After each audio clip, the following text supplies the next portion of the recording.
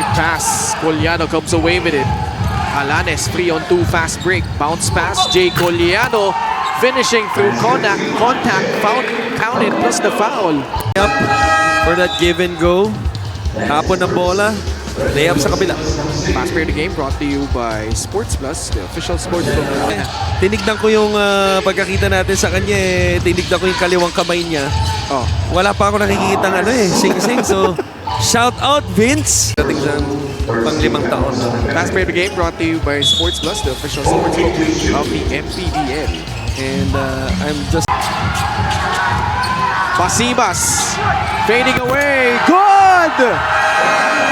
What a sequence for Reggie Boy Basibas. This possession, tired or not, he wanted this basket badly because he knew that the shot clock was winding down. Nice fade. Nice basket. 14 points, 14 rebounds, including this huge basket to put them up by 3. 86-83, 39.4 seconds. Siyempre, yung kasama namin sa Rebanse na si Joe Gomez Deliano. Maganda ang nilaro niya yun. Ang tawag namin ni Mika doon, the Rebanse effect. Pass to the outside. Alanes spots up.